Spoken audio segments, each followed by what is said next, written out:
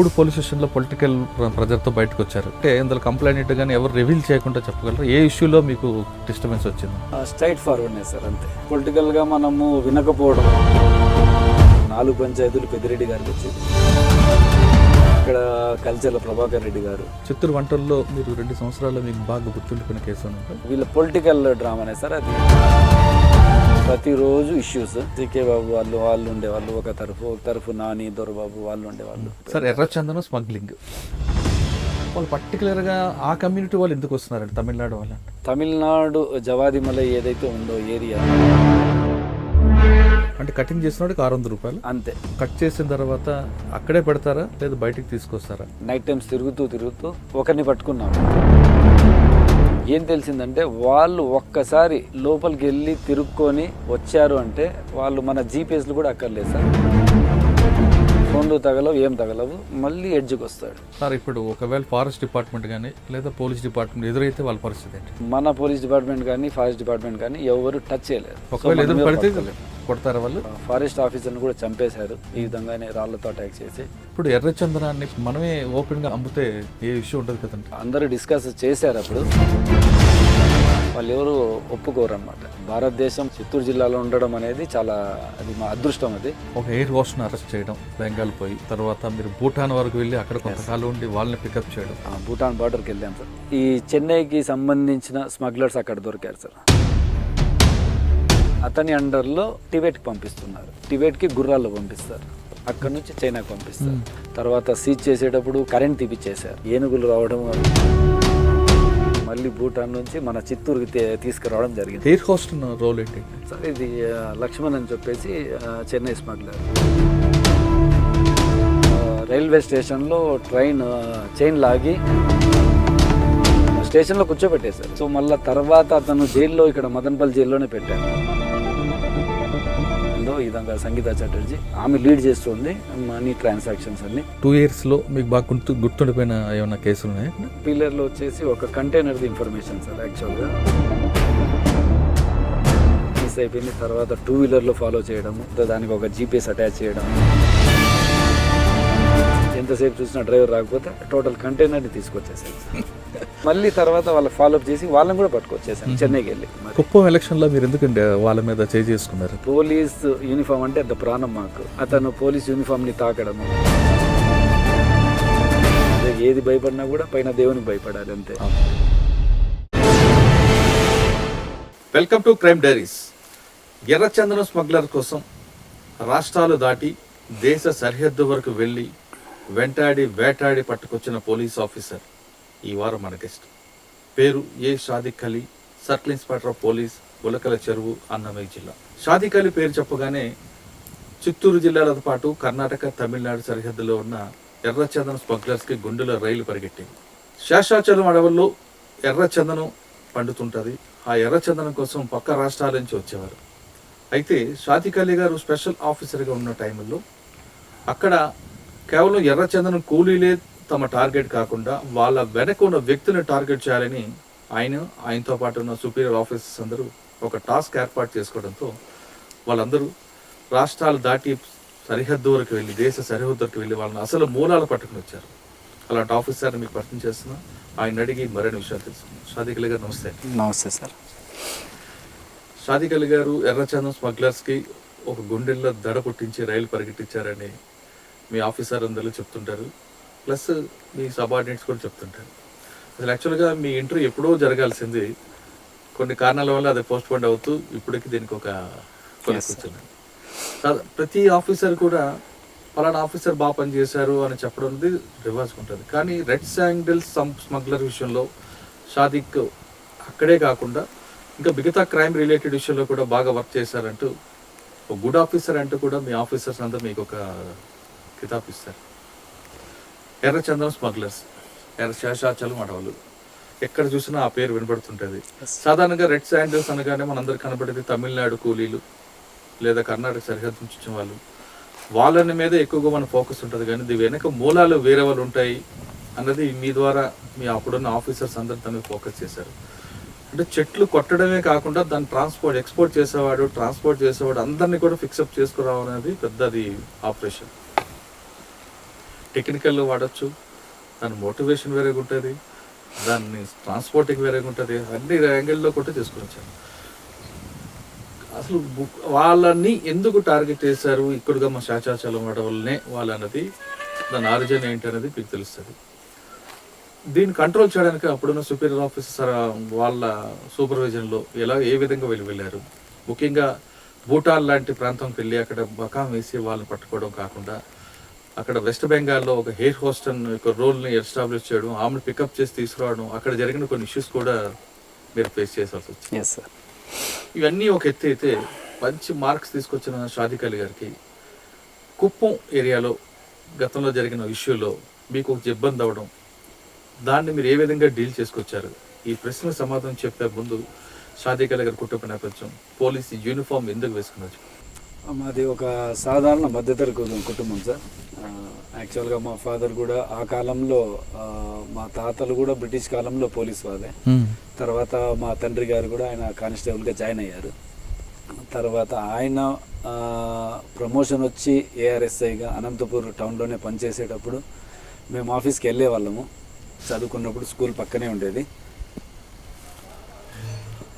ఆఫీస్కి వెళ్ళే వాళ్ళము. వెళ్ళినప్పుడల్లా ఆయన ఒక ర్యాంక్ ప్రమోటీగా కొత్తగా డైరెక్ట్ రిక్రూట్ వచ్చిన ఆఫీసర్లను చూపిస్తూ, మీరు ఇట్లా ఈ విధంగా చదువుకుంటే మంచి డైరెక్ట్ ఆఫీసర్లు 21-25 ఇయర్స్లోనే అవుతారు మీరు, లేదంటే నా మాదిరి ఈ విధంగా వయసు పైబడిన తర్వాత మీరు ఇంత పెద్ద ప్రమోషన్ తీసుకొని వయసు పైబడతారు, ఇబ్బంది అవుతుంది, బాగా చదువుకోండి అని ఆ విధంగా మోటివేట్ చేసి, మా ఫాదర్ డ్రీమ్ సార్ అది. ఆ విధంగా ఒక డైరెక్ట్ ఆఫీసర్, సబ్ ఇన్స్పెక్టర్ కావడం అనేది మా ఫాదర్ యొక్క డ్రీమ్. సో ఆ విధంగానే మోటివేట్ అయ్యి చిన్నప్పటి నుంచి బాగా చదువుకుంటూ వస్తూ ఉండేవాళ్ళము. అనంతపురం టౌన్లోనే టోటల్ విద్యాభ్యాసం మొత్తం అనంతపురం టౌన్లోనే జరిగింది. ఆ విధంగా కాంపిటేటివ్గా తీసుకొని ఆ కాలంలోనే 95 బ్యాచ్ 10th, ఆ కాలంలోనే 530 మార్క్స్ 90%తో అనంతపురం టౌన్ టాపర్గా నిలిచాను నేను. అదే మోటివేషన్తో తర్వాత స్పోర్ట్స్ ఓరియంటెడ్ ఫ్యామిలీ కావడం వల్ల టోటల్ మా బ్రదర్స్ మొత్తం 7 మంది, 2 సిస్టర్స్ ఉన్నారు, టోటల్ 9 మంది. 9 మందిలో ఇప్పుడు 7 మెంబర్స్ బ్రదర్స్లో టోటల్ 7 మంది కూడా స్పోర్ట్స్ మ్యాన్లు మేము. మా ఫాదర్ యొక్క డిసిప్లైన్, ఆ యొక్క ఎంకరేజ్మెంట్, స్పోర్ట్స్ గురించి ఇంపార్టెన్స్, దానివల్ల ఆ విధంగా పైకి వచ్చాను సార్. అది ఓకే. ఎస్ఐ సెలక్షన్ అయిన తర్వాత ఫస్ట్ పోస్ట్ ఇక్కడ? Yes sir, 2002 batch SI selections. అప్పుడు నాకు 21 ఇయర్స్ మాత్రమే. 21 ఇయర్స్ 10 days. కట్ ఆఫ్ డేట్కి 10 రోజులు ఎక్కువ నాకంతే. చాలా యంగ్ స్టేజ్లోనే నేను సెలెక్ట్ కావడము, స్పోర్ట్స్ మ్యాన్ కావడం వల్ల పెద్ద నాకు సెలక్షన్స్ ఇబ్బంది కాదు. తర్వాత నేను MSc second year just join అయ్యేప్పుడు పేపర్ కూడా అప్పుడు జస్పాల్ సింగ్ గారు చైర్మన్ గారు చాలా హానెస్ట్గా రిక్రూట్మెంట్ జరిగింది మా దాంట్లో. సో ఆయన పుణ్యమాని మేమంతా మెరిట్ ఉన్న వాళ్ళంతా సెలెక్ట్ అయ్యాము. అయిన వెంటనే ట్రైనింగ్లో కూడా టోటల్ 9 నెలల ట్రైనింగ్లో ఆంధ్ర తెలంగాణ, అప్పుడు యునైటెడ్ ఏపీ ఉండేది. 2002 బ్యాచ్లో 458 మంది ఉంటే ఆ 458 మందిలో కూడా నేను చిన్నవాడిని, younger cadet of the batch. At the same time after training 9 months basic training అయిపోయిన తర్వాత టాపర్ ఆఫ్ ది బ్యాచ్గా నిలిచాను సార్ నేను. సూపర్. టోటల్ 450 మందికి ఇప్పుడు టాపర్ 2002 బ్యాచ్లో టాపర్ నేను. ఓకే. అప్పట్లోనే నాకు సీఎం పిస్టల్ ఇవ్వడము విత్ లైసెన్స్, తర్వాత గోల్డ్ మెడల్ ఇవ్వడము, ఆ విధంగా నాకు ఆ విధంగానే ఒక మోటివేషన్తో, మా ఫాదర్ ఇచ్చిన మోటివేషన్తో టాపర్గానే వస్తూ ఉన్నాము. తర్వాత ఫార్చునేట్లీ చిత్తూరు జిల్లా, వెంకటేశ్వర స్వామి జిల్లా మాకు అలాట్ కావడము. తర్వాత 2002లో పీలేర్ ట్రైనీ ఎస్ఐగా 5 months ప్రొబేషనరీ పీరియడ్ జరిగింది. ఇమీడియట్గా అప్పట్లోనే 2003లో ట్రైనింగ్ వచ్చిన తర్వాత, ఇక్కడ అలాట్ అయిన తర్వాత ఇండిపెండెంట్ జాబ్స్ కేవీపల్లి ఇవ్వడం. సో అప్పటి నుంచే నాది స్టార్ట్ అయింది అనుకుంటా నేను, రెడ్ శాండర్తో పరిచయము తెలియకుండానే. అప్పట్లోనే పెద్ద పెద్ద మొత్తంలో వెళ్ళేది, కానీ ఇప్పుడున్నంత అవేర్నెస్ పోలీసుకు కానీ తర్వాత పబ్లిక్కి కానీ ఎవరికి తెలిసేది కాదు. గుట్టు చప్పుడు కాకుండా జరిగిపోయేది. అప్పట్లోనే కొద్దిగా వెంటాడి ఇన్ఫర్మేషన్ పెట్టి కొద్దిగా టైట్ చేసి ఏమి తెలియని స్టేజ్లోనే కొద్దిగా బాగా గట్టిగా చేశాం సార్. అదే మూలాలు బేసిక్ ఉండడం వల్ల అక్కడి నుంచి కేవీపల్లి నుంచి మళ్ళీ కొద్దిగా పొలిటికల్ ఇష్యూస్ అవి కావడము, మళ్ళీ 9 monthsకు నిండ్రాకి వెళ్ళడము, ఆ బార్డర్ తమిళనాడు బార్డర్, మళ్ళీ తర్వాత 9 monthsకి అక్కడ పొలిటికల్ ఇష్యూ అయ్యి మళ్ళీ పెద్ద మండ్యం రావడము. ఇప్పుడున్న సర్కిల్లోనే ఒక భాగం అది. పెద్ద మాండ్యం రావడం, మళ్ళీ పొలిటికల్ ఇష్యూ కావడం, గట్టికి పని చేయడం. అంటే ఫస్ట్ 3 పోస్టింగ్లలో పొలిటికల్ ఇష్యూస్ రావడానికి కారణం ఏమనుకోవచ్చు? స్ట్రైట్ ఫార్వర్డ్నే సార్, అంతే. నథింగ్ బట్ ఇప్పుడు ఏమంటారంటే అప్పట్లో ఎస్ఐ ఉన్నప్పుడల్లా ఫైటింగ్ కాక్ అంటే మీరు పేరు వింటారు, ఫైటింగ్ కాక్ అంటారు. అంటే పందెపు కోడి అది గెలిచేంత వరకు పోరాడుతుంది. సేమ్ అదే మన మనస్తత్వం ఉండడం వల్ల, మైండ్ సెట్ ఉండడం వల్ల కాంప్రమైజ్ అయ్యే వాళ్ళం కాదు. ఏదైతే ఉందో మాకు లా ఏముందో, ఏపీపీ ఏముందో, ఐపీసీ ఏముందో అంతవరకు పబ్లిక్కి న్యాయం చేయాలి డైరెక్ట్గా, ఎవరి రికమెండేషన్ లేకుండా స్టేషన్కి వస్తే వాళ్ళకి న్యాయం చేయాలి అనేదే. మధ్యలో ఉన్న మీడియేషన్ సిస్టమ్ని కట్ చేసేవాళ్ళం. అంటే బ్రోకర్ సిస్టమ్ అని ఉండకూడదు, అంటే కంప్లైంట్ డైరెక్ట్ మీద రావాలి. ఎస్, వాళ్ళు రావాలి, పిలిస్తే తగిన రెస్పాండెంట్ రావాలి, లేదా వాళ్ళకు తక్షణం 1 or 2 daysలో న్యాయం చేయాలి. వాళ్ళ కేసు కట్టి మనం న్యాయం చేసి రిమాండ్ చేస్తామా, లేదా వాళ్ళకు ఇతనికి సాటిస్ఫై చేసి బాధితునికి న్యాయం చేస్తామా, ఓవరాల్గా బాధితునికి న్యాయం జరగాలి. సరే, ఈ 3 పోలీస్ స్టేషన్లో పొలిటికల్ ప్రజలతో బయటకు వచ్చారు. 3 పోలీస్ స్టేషన్లో ఒక్కొక్క కేసు అని చెప్పగలరా? కేసు అంటే ఇందులో కంప్లైంట్ కానీ ఎవరు రివీల్ చేయకుండా చెప్పగలరా ఏ ఇష్యూలో మీకు డిస్టర్బెన్స్ వచ్చిందని? రివీల్ అంటే కన్నా పొలిటికల్గా మనము వినకపోవడం, వాళ్ళు చెప్పిన ఆబ్లిగేషన్స్ వినకపోవడము, ఓవరాల్గా వాళ్ళు చెప్పినది చేయకపోవడము. మనము ఎలక్షన్ టైంలో కూడా ఎలక్షన్ జరిగాయి, 2004 ఎలక్షన్స్లో చాలా స్ట్రైట్ ఫార్వర్డ్గా అప్పుడున్న కమిషన్ మీకు ఐడియా ఉంటుంది, టిఎన్ శేషన్ గారు. అప్పుడు కాన్వాయ్ ఎంత ఉండాలి, వాళ్ళు క్యాన్వాసింగ్ ఎంత ఉండాలి, 3 vehicles ఉండాలంటే 3 vehiclesకే మేము కట్టేలు చేశాము. అప్పట్లో 2-3 నియోజకవర్గాలు ఉండేది కేవీపల్లిలో. ఒక 14 పంచాయతీలు, టోటల్ 18 పంచాయతీలు. 14 పంచాయతీలు కిరణ్ కుమార్ రెడ్డి గారికి వచ్చేటివి, 4 పంచాయతీలు పెద్దిరెడ్డి గారికి వచ్చేటివి. సో అటువంటి టైంలో చాలా స్ట్రిక్ట్గా వాళ్ళు క్యాన్వాసింగ్ తిరిగినా కూడా చాలా స్ట్రిక్ట్గా మెయింటైన్ చేయగలిగాము. తర్వాత ఆ పొలిటికల్ పరిణామాల వల్ల మరి 9 నెలలకు మార్చేయడం, గెలిచిన తర్వాత మళ్ళీ అక్కడికి వెళ్ళిన తర్వాత మళ్ళీ చెంగారెడ్డి గారు అక్కడ ఉండడము. వాళ్ళది అక్కడ సారాయి ప్రోన్ ఏరియా సార్, అది బాగా సారా ఎక్కువ ఉంటుంది, టోటల్ తమిళనాడుకి వెళ్ళిపోతుంది పార్సల్. అక్కడ కొద్దిగా గట్టిగా పనిచేయడము. కొప్పేడు పేరు వినింటారు మీరు, నగరి దగ్గర, పుత్తూరు దగ్గర కొప్పేడు అని నిండలో భాగం అది. అక్కడ కొద్దిగా సారాయి గురించి టైట్ చేయడము, దానివల్ల మళ్ళీ పెద్ద మండ్యం రావడము, ఇక్కడ కల్చర్ల ప్రభాకర్ రెడ్డి గారు. సో ఆ విధంగా పొలిటికల్ ఇష్యూస్ కావడం వల్ల 9 monthsకి అట్లా మారిపోతూ వచ్చేసాం సార్. 3 పోలీస్ స్టేషన్ తర్వాత ఎక్కడికి వచ్చారు? తర్వాత ఇంకా ఈ విధంగా పని చేయనియరు అని చెప్పేసి కొద్దిగా డిపార్ట్మెంట్ పైన, ఇది చిన్న స్థాయి, ఇది మనం అనుకుంటే మనకు పై స్థాయి వాళ్ళు చాలామంది ఉన్నారు, చిన్న స్థాయి కొద్దిగా మనం పెద్ద స్థాయికి వెళ్ళాలంటే కింద చదువుకోవాలని చెప్పేసి లీవ్ పెట్టేసి గ్రూప్ 1కి వెళ్ళాను సార్. గ్రూప్ 1 ఒక 6 months ఆఫీసర్లకు ఇంకా చెప్పేసి గ్రూప్ 1 వెళ్ళిపోయాను.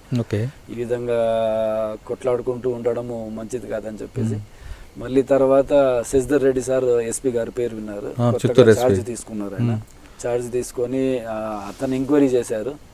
డైరెక్ట్ ఎస్ఐ అయినా ఈ విధంగా వాళ్ళ బ్యాచ్కి టాప్ ఆల్రౌండర్ ఎందుకు వెళ్ళిపోయాడు, మెడికల్ లీవ్ పెట్టి ఎందుకు వెళ్ళిపోయారని ఆరా తీసి ఆయన హైదరాబాద్లో ఉంటే ఒకరిని పంపించి అక్కడ నుంచి మళ్ళీ పిలిపించి కౌన్సిలింగ్ ఇచ్చారు. కౌన్సిలింగ్ ఇవ్వడం ఆయన ఇచ్చేసి, లేదు సార్ ఈ విధంగా రిమోట్ ఏరియాలు వేయడము, నేను టాప్ అని నాకు ఈ విధంగా చేయనీయడం లేదు, మారుస్తున్నారు, నేను ఇంకొద్ది పెద్ద స్థాయి ఉద్యోగం కోసం వెళ్తున్నాను అని చెప్తే, లేదు నువ్వు ఉండి చదువుకో అని చెప్పేసి నీకు మంచి పోలీస్ స్టేషన్ ఇస్తాము అని చెప్పేసి తర్వాత Palamaner sub division head quarter ఇవ్వడము, మళ్ళీ వెనక్కి రావడం సార్. ఆ విధంగా జరిగింది. పలంనేర్ క్రైమ్ నేచర్ ఏంటి?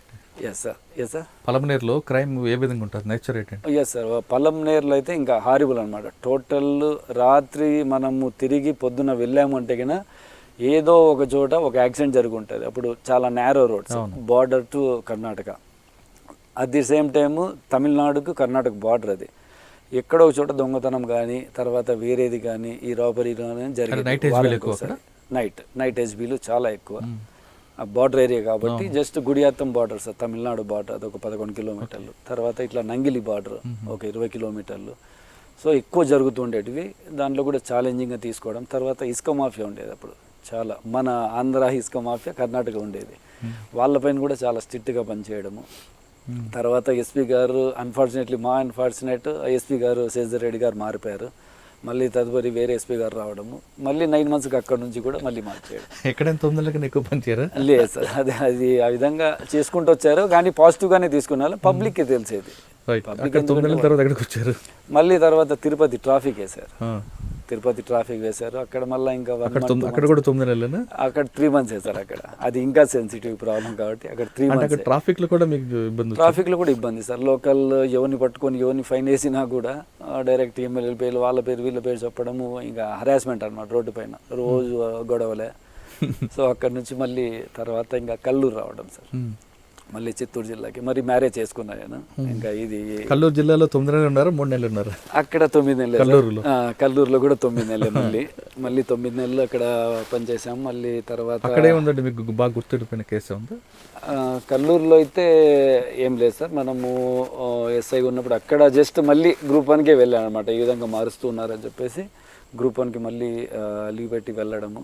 మళ్ళీ గ్రూప్ 1 పోస్ట్ పోన్ కావడం వల్ల చిత్తూరు 1 టౌన్కి వచ్చేసాను సార్. డైరెక్టర్ లక్ష్మీరెడ్డి సారే చిత్తూరు 1 టౌన్ పోస్టింగ్. కల్లూరులో మీకు 9 నెలలు పనిచేశారు కదా, ఆ 9 నెలల్లో మారిపోవడానికి కారణం ఏంటి? Nothing sir. నేను జస్ట్ ఎలక్షన్ జరిగాయి 2009 ఎలక్షన్స్కి ఉన్నాను నేను. పుంగనూరు కాన్స్టిట్యున్సీ 2009 ఎలక్షన్స్కి ఉన్నాను. తర్వాత జస్ట్ నేనే ఇంకా ఛాన్స్ దొరికింది కదా, ఫ్రీగా ఉంది కదా అని చెప్పేసి గ్రూప్ 1కి మళ్ళీ ఎగ్జామ్స్ డేట్ రావడం వల్ల గ్రూప్ 1కి వెళ్ళాను. తర్వాత చిత్తూరు టౌన్, తర్వాత చిత్తూరు 1 టౌన్కి వచ్చేసాను సార్. అక్కడ మీకు చిత్తూరు 1 టౌన్ 2 years చేశాను సార్. అది ఛాలెంజింగ్ పోస్ట్, అది district head quarter post. Same Lakshmi Reddy sir గారే ఆయన ఇప్పించారు. అక్కడ పొలిటికల్గా చాలా ఉండేది కానీ దాన్ని ఓవర్కమ్ చేసి. అప్పుడు ఎవరండి మీకు ఇన్స్పెక్టర్? నాకు అప్పుడు మన చిత్తూరు 1 టౌన్లో కదా సార్, చిత్తూరు 1 టౌన్లో సుధాకర్ రెడ్డి గారు ఉన్నారు. చిత్తూరు 1 టౌన్లో మీరు 2 సంవత్సరాల్లో మీకు బాగా గుర్తుండిపోయిన కేసు ఉందా? Yes sir. ఒకటి వీళ్ళ పొలిటికల్ డ్రామానే సార్. అది total law and order sensitive issues అవి. అక్కడ పెద్ద టౌన్ కాబట్టి పెద్ద పెద్ద కేసులు ఇవేమి ఉండవు కానీ పొలిటికల్గా చాలా సెన్సిటివ్ ఉండేటివి. మీకు తెలుసు, టీడీపీ తర్వాత అప్పట్లో ఉన్న కాంగ్రెస్, ఇప్పుడున్న వాళ్ళంతా చాలా జరిగేటివి ప్రతిరోజు ఇష్యూస్. అప్పుడు సీకే బాబు, సీకే బాబు వాళ్ళు ఉండేవాళ్ళు ఒక తరఫు నాని, దొరబాబు వాళ్ళు ఉండేవాళ్ళు. సో వాళ్ళని బ్యాలెన్స్ చేసుకొని పోవాలి. తర్వాత జస్టిస్ చేయాలి, పబ్లిక్ని జస్టిస్ చేయాలి మెయిన్. తర్వాత లా అండ్ ఆర్డర్ మెయింటైన్ చేయాలి, ఎందుకంటే లా and order sensitive problem sir. అది ఇమీడియట్ రష్ కావాలి. మనం ఇమీడియట్గా ఏదైనా ప్రాబ్లం జరిగిందంటే కన్నా టౌన్లోకి ఇమీడియట్ వెళ్ళాలి. రష్ కావడము. రెగ్యులర్గా మీరు ఫీల్డ్లో ఉండేవారా లేదా ఆఫీస్కే ఉండేవారా? రెగ్యులర్ ఫీల్డే సార్. యాజ్ ఎస్ఐగా 100% ఫీల్డే సార్. అంటే విజిబుల్ పోలీసింగ్ 100%. ఇమీడియట్గా రెస్పాండ్ కావాలి. ఏ టైంలో మీరు ఫీల్డ్లో ఉండేవారండి?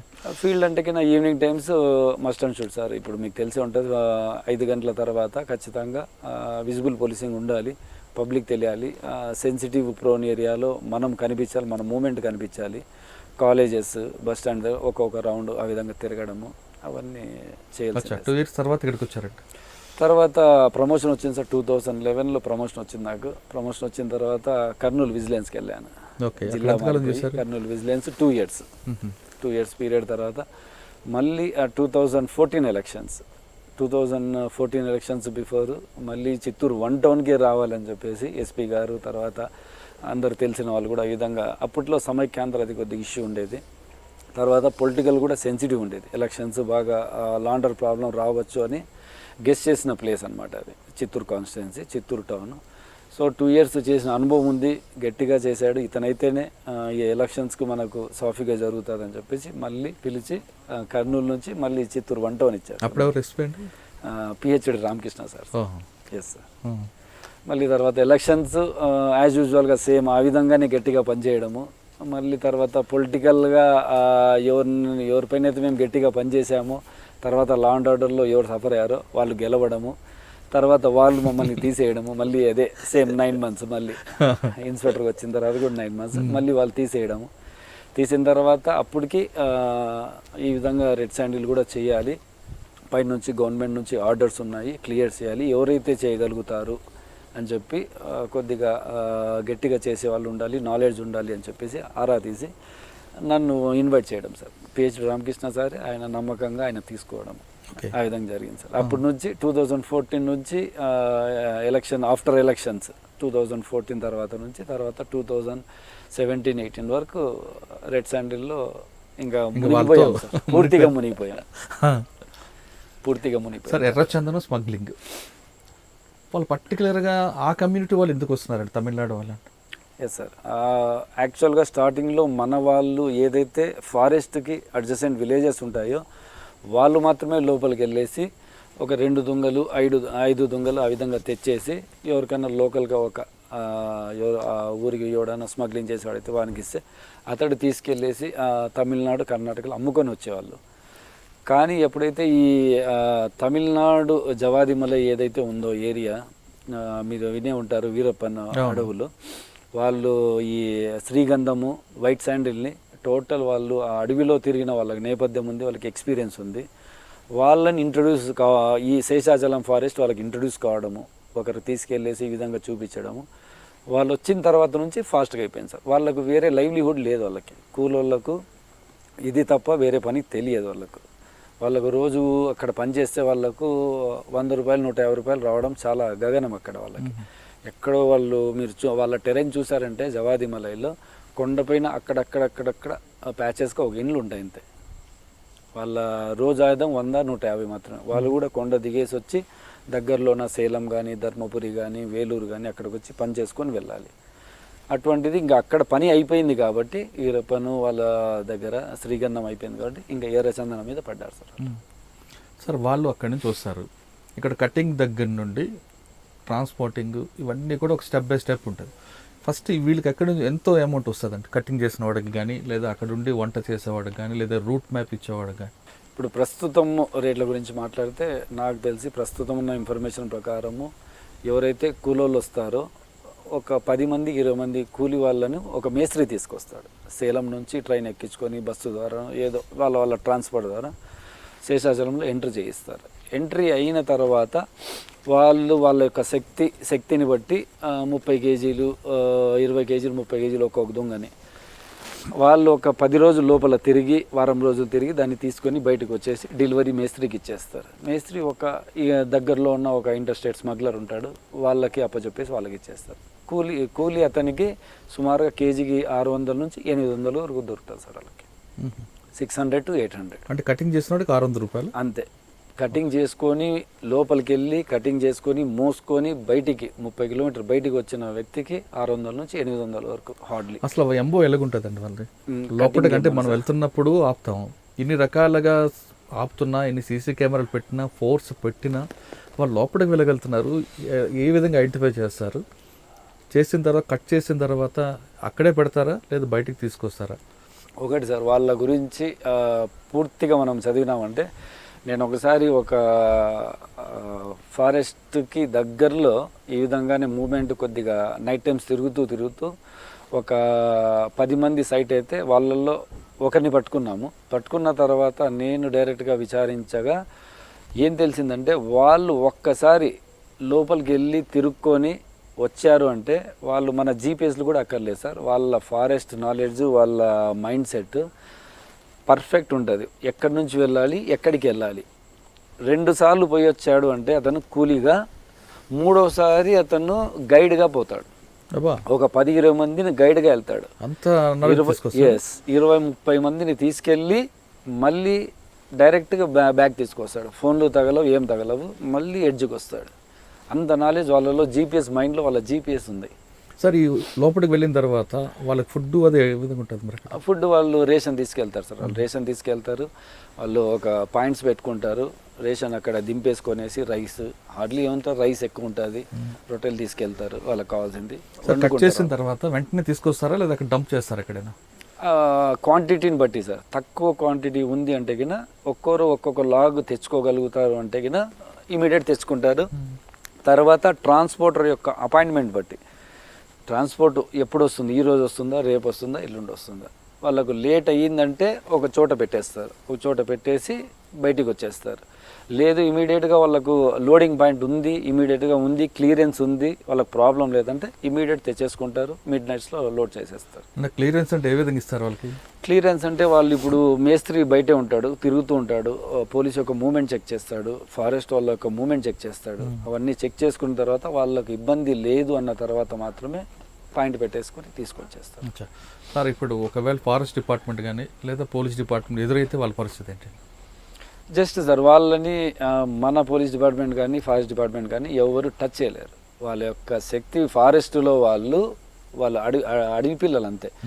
వాళ్ళు జింకల కన్నా చాలా ఫాస్ట్గా పరిగెత్తుతారు, ఒక్కరు కూడా దొరకరు. ఎవరన్నా కింద పడి కింద ఏదన్నా తగిలి కింద పడిపోయి దొరకాలి కానీ అతన్ని చేసి ఎవరు పట్టలేము. వాళ్ళ యొక్క శక్తి అంత ఉంటుంది. వాళ్ళ యొక్క స్ట్రక్చర్, బాడీ స్ట్రక్చరు 5'5" హైట్ ఉంటారు. అందరికీ ఆల్మోస్ట్ 6 packs ఉంటాయి. అందరు 50 kgs లోపల ఉంటుంది. అరికాలు అయితే వాళ్ళది ఇంత వెడల్పు ఉంటుంది. ఇంత వెడల్పు ఉండి అరికాలు వాళ్ళది ఇంత పాదం ఉంటుంది. ఒకవేళ ఎదురు పడితే కొడతారా వాళ్ళు?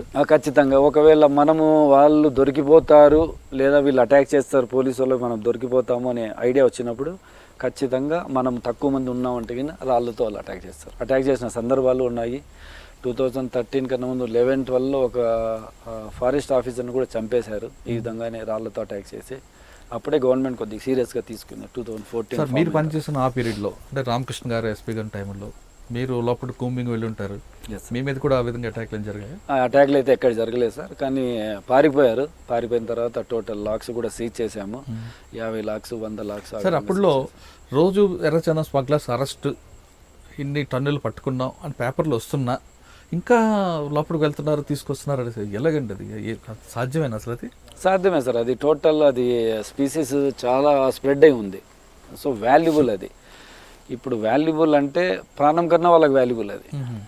వాళ్ళకి ఆ విధంగా లోపలికి వెళ్ళి 1 weekలో కష్టపడి 30 kgల ఒక లాగ్ తీసుకొచ్చాడంటే అతనికి 800 రూపాయలతో వేసుకున్నామంటే కన్నా సుమారుగా 20-30 వేలు వస్తుంది. 20-30 వేలు అతనికి సంవత్సర ఆదాయం అది ఒకప్పుడు. సో దానికోసం ఎంత రిస్క్ అయినా తీసుకుంటారు వాళ్ళు, వెళ్తారు, తీసుకొస్తారు. సార్, అదే వాళ్ళని మార్పు కోసం చాలామంది మీ ఆఫీసర్లు అందరూ కూడా వాళ్ళ గ్రామాలకు వెళ్ళి వాళ్ళని మోటివేషన్ చేస్తే దానిలో మార్పు వచ్చిందంటారు? స్టార్టింగ్లో అప్పుడు వచ్చింది సార్. జయలలిత గారి గవర్నమెంట్ ఉన్నప్పుడు అప్పుడు మన గవర్నమెంట్ తరఫున మాట్లాడము, పెద్ద ఆఫీసర్లు వెళ్ళడము, మాట్లాడి ఆ గవర్నమెంట్ నుంచి వాళ్ళకి అక్కడ ఏదైనా లైవ్లీహుడ్ కల్పించడము. ఎందుకంటే వాళ్ళు డ్యూ టు పావర్టీనే వస్తున్నారు, అర్థమైంది. వాళ్ళకి ఏమి జరక్క వస్తున్నారు, లైఫ్ రిస్క్ తీసుకుంటున్నారు. ఇక్కడికి వచ్చిన తర్వాత పోలీస్ రైడ్ ఉంటుంది, చనిపోతాం లేదా లోపల అడవిలో ఏమన్నా జరగచ్చు అని తెలిసి కూడా వస్తున్నారంటే వాళ్ళు డబ్బు కోసం వస్తున్నారు. సో వాళ్ళకు అక్కడ లైవ్లీహుడ్ లేదని చెప్పేసి గవర్నమెంట్తో చెప్పి తర్వాత వాళ్ళకి కొన్ని ప్రాంతాలు వాళ్ళకి సెలెక్ట్ చేసి వాళ్ళకి యొక్క గవర్నమెంట్ యొక్క స్కీమ్స్ వాళ్ళకి అందేటట్లు కొద్దిగా ట్రై చేశాం సార్. అప్పుడు కొద్దిగా తగ్గింది. ఇప్పుడు ఎర్రచందనాన్ని పూర్తిగా మనమే ఓపెన్గా అమ్మితే ఏ ఇష్యూ ఉంటుంది కదండి? కరెక్టే సార్. అది అందరూ డిస్కస్ చేశారు అప్పుడు. కానీ సెంట్రల్ గవర్నమెంట్ అది ఎండేంజరస్ స్పీసీస్, తర్వాత ఈ జీవ వైవిధ్యం గురించి, దాని గురించి బయోడైవర్సిటీ గురించి అవన్నీ కొన్ని ఇవి ఉన్నాయి అసోసియేషన్స్, అవి ఇవి వాళ్ళు ఎవరు ఒప్పుకోరు అనమాట. ఎందుకంటే ఉన్న స్పీసీస్ని రేర్ స్పీసీస్ సార్. ఇది యొక్క మన భారతదేశంలో చిత్తూరు జిల్లాలో ఉండడం అనేది చాలా అది మా అదృష్టం. అది దాన్ని ఎవరు అమ్ముకోవాలని ఎవరు అనుకోరు. గవర్నమెంట్ కూడా భారతదేశం ప్రభుత్వం కూడా ఒప్పుకొస్తారు. ఓకే సార్, మీరు చాలా కాలం పనిచేస్తారు కాబట్టి ఈ ట్రాన్స్పోర్టింగ్ సిస్టమ్ చెప్పండి. అమ్మో ఎలాగుంటుంది అంటే శేషాచలం అడవుల్లో డిఫరెంట్ పాయింట్స్ నుంచి బయటకు వస్తుంది.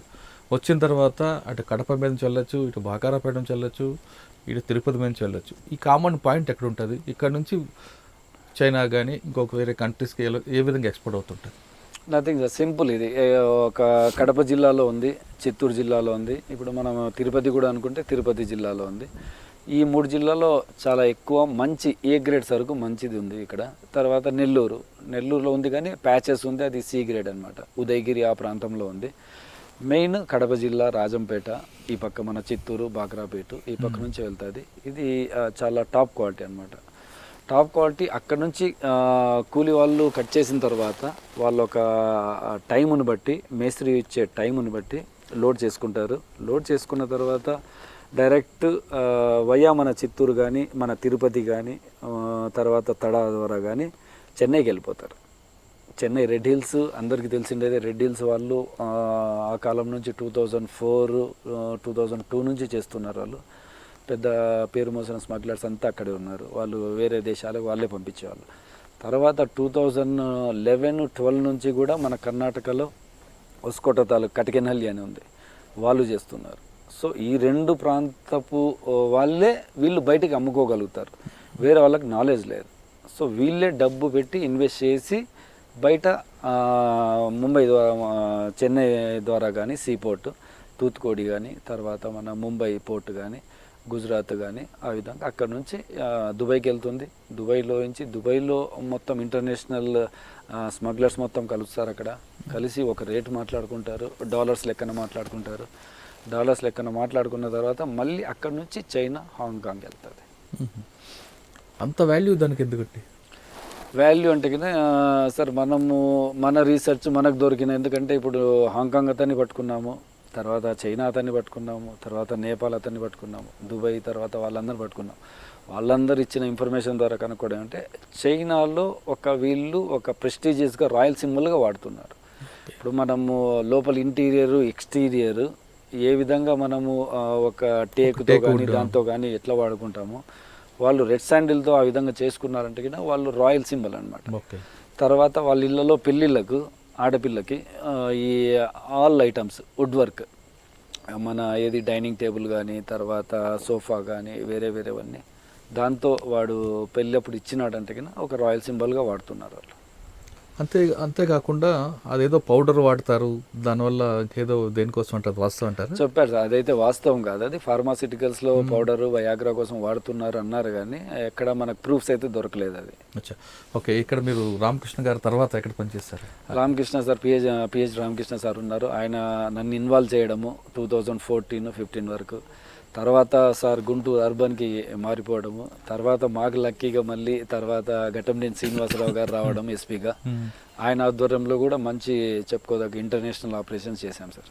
సార్, ఆయన టైంలోనే ఒక ఎయిర్ హోస్ట్ని అరెస్ట్ చేయడం, బెంగాల్ పోయి తర్వాత మీరు భూటాన్ వరకు వెళ్ళి అక్కడ కొంతకాలం ఉండి వాళ్ళని పికప్ చేయడం, ఒకసారి ఆపరేషన్ గురించి ఒక ఇన్ఫర్మేషన్ సార్ మా ఎస్పీ గారికి, ఘటంనేని శ్రీనివాసరావు గారికి వచ్చిన ఇన్ఫర్మేషన్ ఈ విధంగా 2 టీంలు, చెన్నైకి సంబంధించిన టీంలు మన చిత్తూరు నుంచి స్మగ్లింగ్ చేస్తూ చెన్నై ద్వారా తర్వాత అస్సాం నుంచి వెస్ట్ బెంగాల్ నుంచి ఈ విధంగా భూటాను, టిబెట్, చైనాకి వెళ్తుందని కొద్ది ఇన్ఫర్మేషన్ వచ్చింది.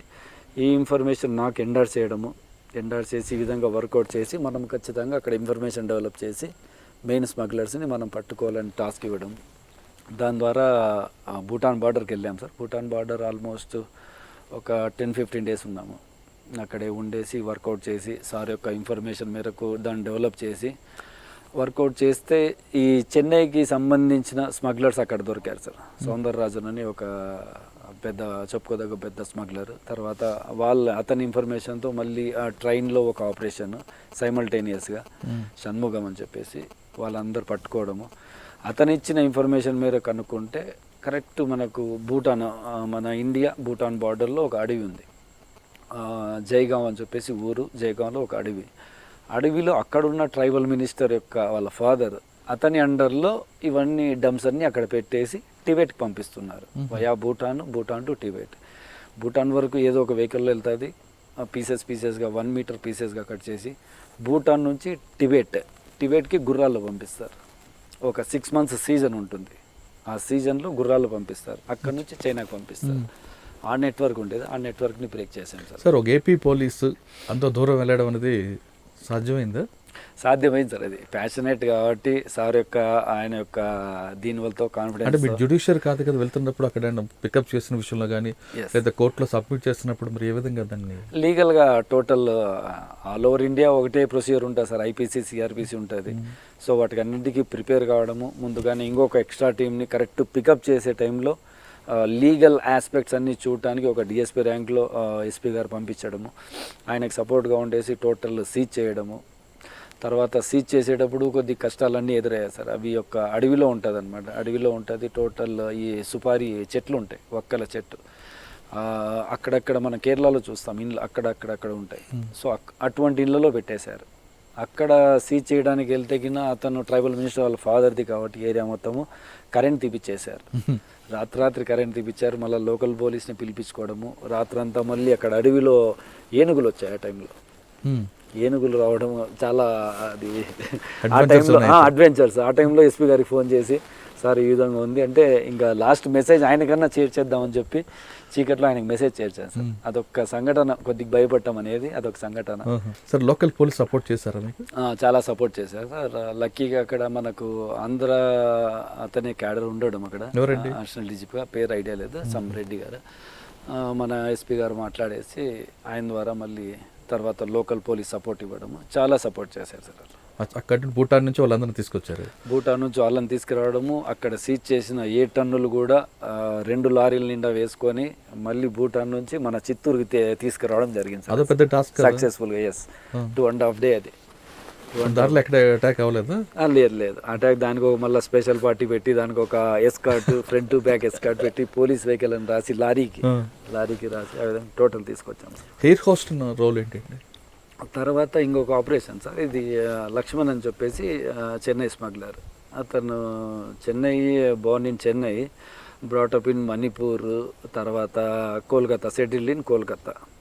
సో అతనిది ఫస్ట్ టైం అరెస్ట్ చేసాం, కానీ సెకండ్ టైం తర్వాత అతను అరెస్ట్ చేయాలనే ఉద్దేశంతో ఇన్ఫర్మేషన్ పెట్టి టీమ్స్ వెళ్ళాయి. టీమ్స్ వెళ్ళిన తర్వాత అతను అరెస్ట్ చేయడము ఒక టీం అరెస్ట్ చేసిన తర్వాత వాళ్ళు వచ్చేటప్పుడు ఎవరైతే ఈమె అతని గర్ల్ ఫ్రెండ్ ఉందో సంగీత చటర్జీ అని, ఆమె మన టీంని, పోలీస్ టీంని అతన్ని తీసుకొచ్చేటప్పుడు రైల్వే స్టేషన్లో ట్రైన్ చైన్ లాగి ఆపిచ్చేసి రైల్వే పోలీసుని తీసుకొచ్చి మా అతన్ని కిడ్నాప్ చేసుకొని తీసుకెళ్తున్నారని చెప్పి మన వాళ్ళ పైన కిడ్నాప్ కేసు పెట్టించడము. అక్కడ Howrah railway station kidnap case పెట్టించడము. రాత్రి 8 గంటల నుంచి ఆల్మోస్ట్ మధ్యరాత్రి 1 గంట వరకు ఇదే హైడ్రామా నడిచింది.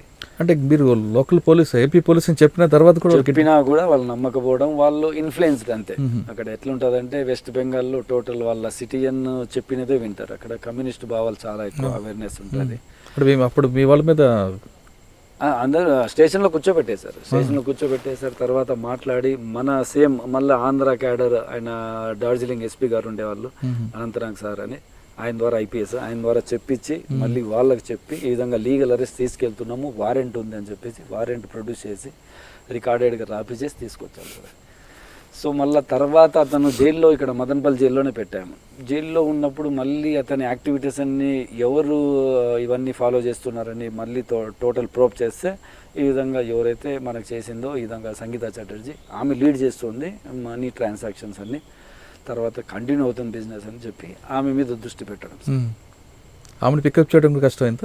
ఎస్ సార్, ఆమెను 2 సార్లు పికప్ చేశాం. యాక్చువల్గా ఒకసారి ఒక టీం పంపించిన తర్వాత పికప్ చేశారు. పికప్ చేసిన తర్వాత సేమ్ మళ్ళీ వాళ్ళ కోర్టులో ప్రొడ్యూస్ చేస్తే వాళ్ళ కోర్టు మేజిస్ట్రేట్లో కూడా ఒప్పుకొని మనకు ట్రాన్సిట్ వారెంట్ అంటారు. ట్రాన్సిట్ వారెంట్ 24 అవర్స్ ఎక్కువ అయితే ట్రాన్సిట్ వారెంట్ కోసం అప్లై చేస్తే అక్కడ ఇవ్వకోకుండా ఆమెకు అక్కడే స్పాట్ బెయిల్ ఇచ్చి ఆమెకు ఒక టైం ఇచ్చి ఒక 18 days లోపల నువ్వు లోకల్ కోర్టుకి వెళ్ళి అటెండ్ కావచ్చు అని చెప్పేసి అక్కడే రిలీజ్ చేసేసారు.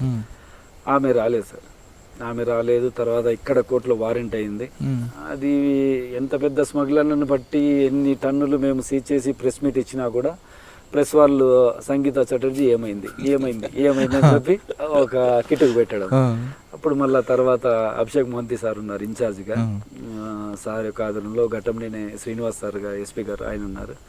మాట్లాడేసి ఛాలెంజింగ్గా ఈమెను ఎటు తిరిగి తీసుకొని రావాలి, ఈమెని మనము పెద్ద పెద్ద స్మగ్లను తీసుకొస్తున్నాము, ఈమెను తీసుకురాలేకపోతున్నాము. ఛాలెంజింగ్గా ఒక 28 days ఆపరేషన్ సార్ అది.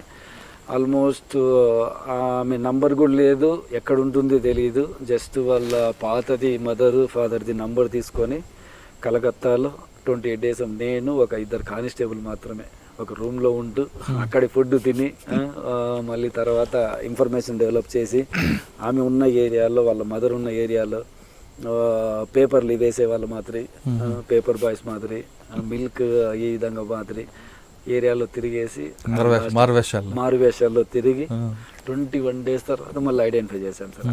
ఒక బాయ్ ఫ్రెండ్తో ఆమె వెళ్తుండగా ఐడెంటిఫై చేసాం ఆ ఏరియాలో. అప్పుడు కూడా మరి ప్రాబ్లం క్రియేట్ చేయలేదు? లేదు సార్, నథింగ్.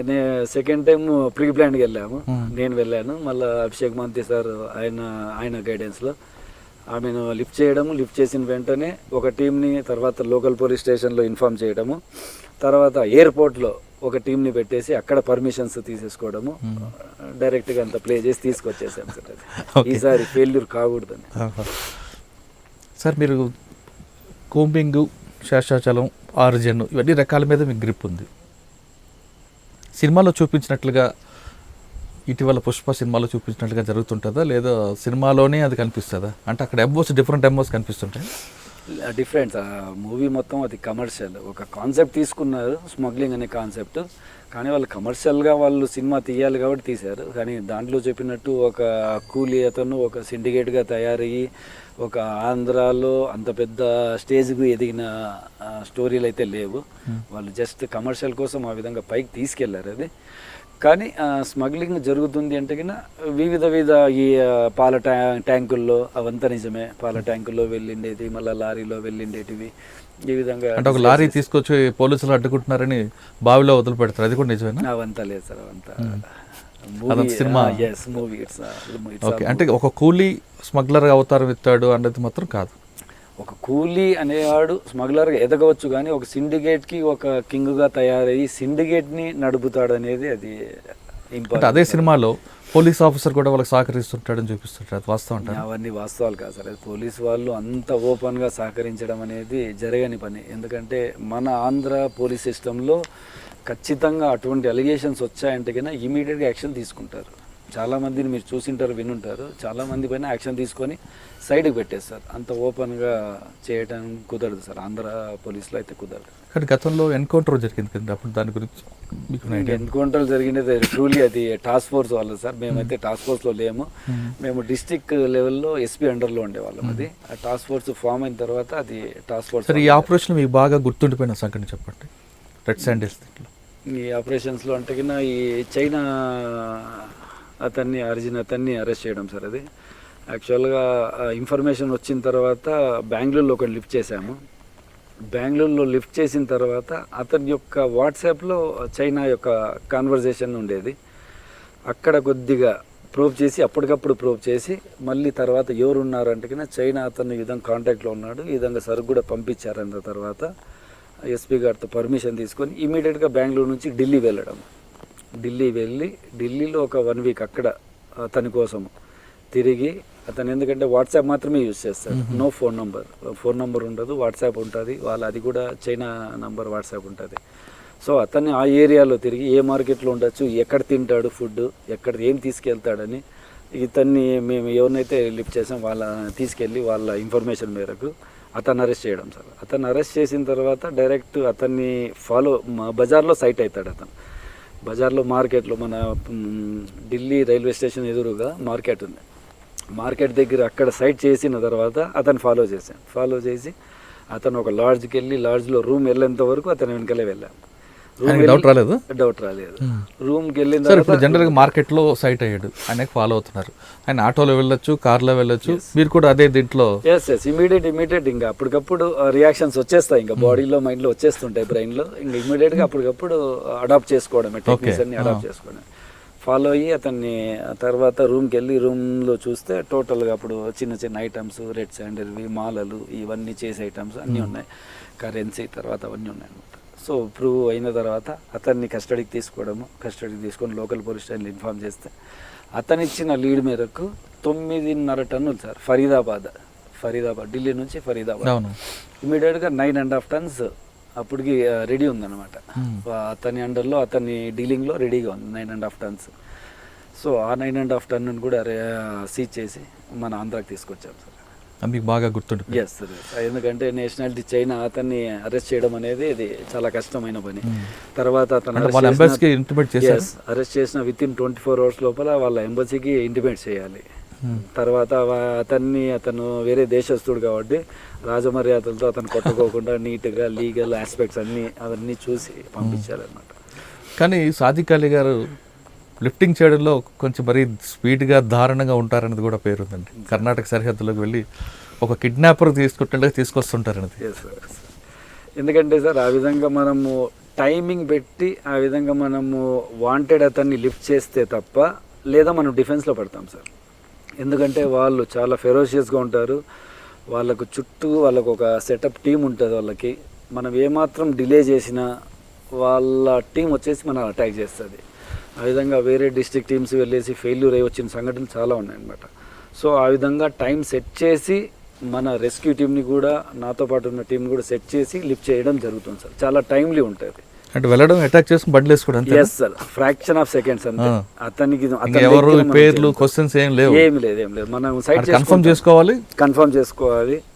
1కి 2 సార్లు బెనిఫిట్ ఆఫ్ డౌట్ లేకోకుండా 1కి 2 సార్లు అతని వెంటే తిరిగి వారం రోజులు కానీ 10 రోజులు కానీ తిరిగి వీకెస్ట్ పొజిషన్ అతని యొక్క వీకెస్ట్ పొజిషన్ ఎప్పుడు ఉందో అప్పుడు సెట్ చేసి ఎత్తుకొని రావాలి.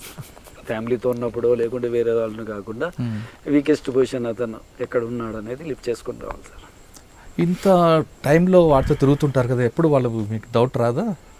లేదు సార్, నేను మారువేషాల్లో ఉండేవాడిని.